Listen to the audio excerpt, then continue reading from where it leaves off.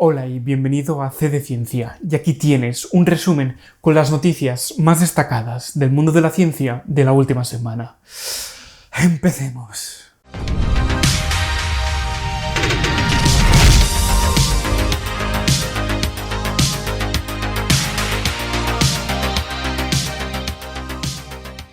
Se consiguió por primera vez crear entrelazamiento cuántico entre moléculas, algo que podría tener implicaciones muy importantes en computación cuántica. Desde la década de los 90 se han desarrollado diversas plataformas para la computación cuántica, como circuitos superconductores e iones individuales en el vacío, utilizados como la unidad fundamental de información cuántica, el qubit, equivalente cuántico de los bits en los ordenadores clásicos. En los últimos años ha surgido otra opción, en la que los qubits están hechos de átomos en lugar de iones, atrapados con pinzas láser altamente enfocadas. La semana pasada, dos equipos avanzaron en el uso de esta técnica con moléculas en lugar de átomos. Concretamente, se logró que pares de moléculas de monofluoruro de calcio interactúen, logrando que se entrelacen, un efecto crucial para la computación cuántica. Aunque para la mayoría de las aplicaciones los ordenadores cuánticos moleculares pueden ser más lentos que aquellos que utilizan otros tipos de qubits, los investigadores destacan su potencial para manipular información cuántica utilizando qubits, que tienen tres estados posibles: -1, 0 y +1, lo cual tendría aplicaciones enormes a la hora de realizar simulaciones cuánticas de materiales complejos o fuerzas fundamentales de la física. Se desarrolló un prototipo de un robot capaz de retirar microplásticos,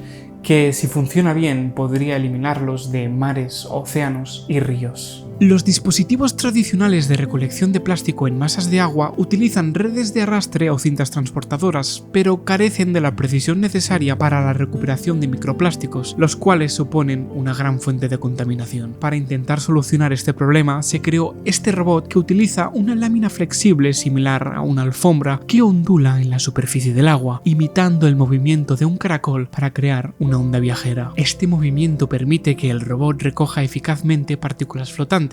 Cabe decir que para que el robot sea práctico en entornos del mundo real, el diseño tendría que aumentarse de escala y se tendría que adjuntar un dispositivo de flotación para contrarrestar el peso de la batería y el motor. Veremos si el asunto llega a buen puerto. En un estudio en ratones se encontró que la estimulación de un nervio concreto que va al páncreas estimulaba la producción de insulina, algo que podría tener implicaciones muy importantes para las personas con diabetes. La insulina es una hormona que es producida por las células beta pancreáticas, y una disminución en estas células es una de las principales causas de la diabetes. Aunque se esperan con ansias terapias destinadas a aumentar las células beta pancreáticas, hasta ahora no se ha desarrollado ninguna estrategia eficaz. Ahora, con este avance prometedor, se utilizó la optogenética, una técnica que, como dijimos hace unas semanas, utiliza la luz para controlar células específicas para estimular individualmente el nervio vago que conduce al páncreas en ratones, lo cual duplicó el número de células beta y se tradujo en un aumento notable en la cantidad de insulina en sangre. Se espera que este logro conduzca al desarrollo de nuevas estrategias y métodos preventivos para la diabetes en humanos. La verdad es que se ve extremadamente prometedor. En un estudio muy interesante,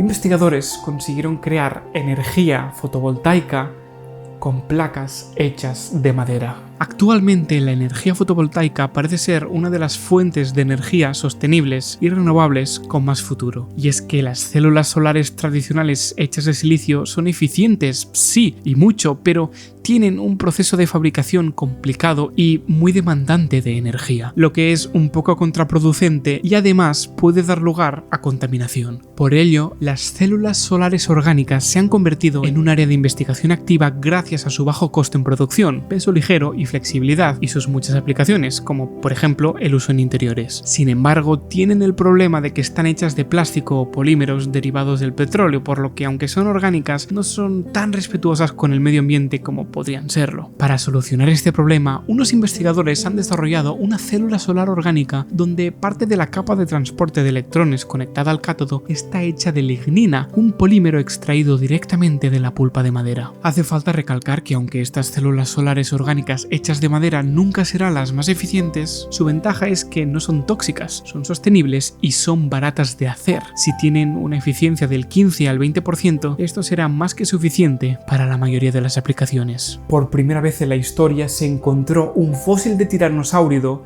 con una presa aún dentro de su cuerpo. El fósil del depredador es un Gorgosaurus, un miembro de la familia de los tiranosáuridos, y tenía alrededor de 6 años cuando murió hace más de 75 millones de años. Cuando llevaron el esqueleto del fósil al laboratorio, descubrieron los restos de su última comida aún preservada en sus tripas, no en lo que queda de ellas. Su presa eran 2 ejemplares de Cytipes, una especie de dinosaurio caracterizada por su reducido tamaño. Este fósil respalda la idea de que los tiranosáuridos cambiaban drásticamente su dieta a medida que crecían de adolescentes a adultos. Los ejemplares jóvenes tenían cabezas y piernas esbeltas, dientes afilados tipo cuchillo para diseccionar cadáveres y probablemente podían correr bastante rápido para atrapar a pequeñas presas. Pero se cree que aproximadamente a los 10-11 años sus cuerpos ya habían crecido casi 10 veces en tamaño, llegando a pesar más de 3.000 kilogramos y pudiendo devorar dinosaurios de grandes dimensiones. Una transformación que necesitaría de un aporte calórico enorme, y con ese estudio se confirma la hipótesis de que seguramente implicaba un cambio en la dieta, probablemente pasando de cazar pequeñas presas o cadáveres a comenzar a cazar dinosaurios herbívoros gigantes. Un fascinante estudio encontró que las temperaturas ambientales del clima de una zona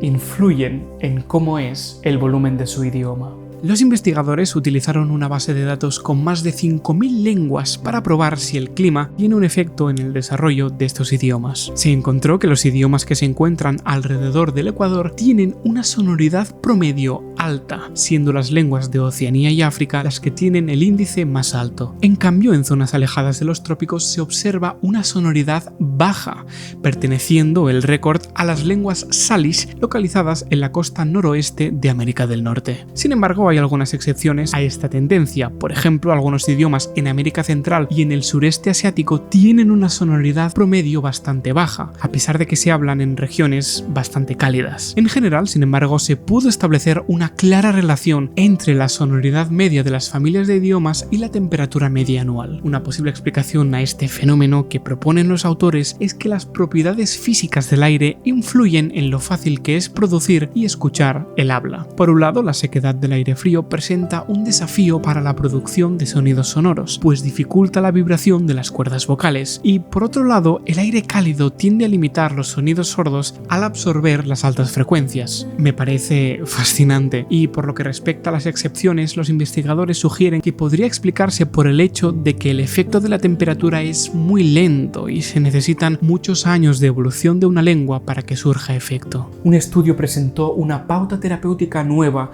que podría conducir a la remisión del virus del VIH en niños que nacen con él.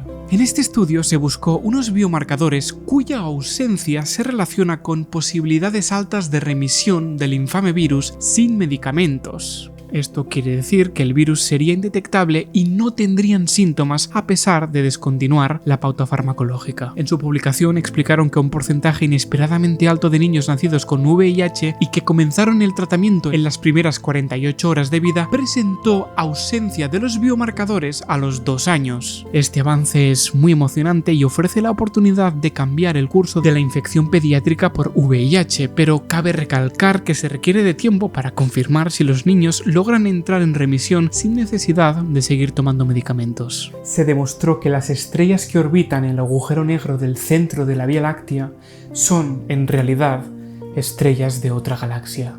La existencia de estas estrellas a tal proximidad es desconcertante, ya que la intensa gravedad cerca de Sagitario A, el agujero negro en el núcleo de la galaxia que se convirtió en el primero de la historia en ser fotografiado, debería inhibir la formación de estrellas. Para intentar resolver este rompecabezas espacial, se estudió la composición química de uno de estos astros, llamado S0-6, y se encontró que no tiene la composición característica de las estrellas que han nacido en la Vía Láctea. Por lo tanto, el equipo equipo teorizó que S06 y posiblemente las otras estrellas nacieron en una galaxia satélite de la Vía Láctea que fue posteriormente asimilada por nuestra galaxia en los últimos 10.000 millones de años. Esta absorción habría impulsado a la estrella a un viaje de decenas de miles de años luz hacia Sagitario A, donde habría quedado atrapada dando vueltas alrededor del agujero negro, ella y sus compañeras. Y hasta aquí las noticias. Antes de que te vayas, recordarte que CD Ciencia News ya tiene la opción de miembros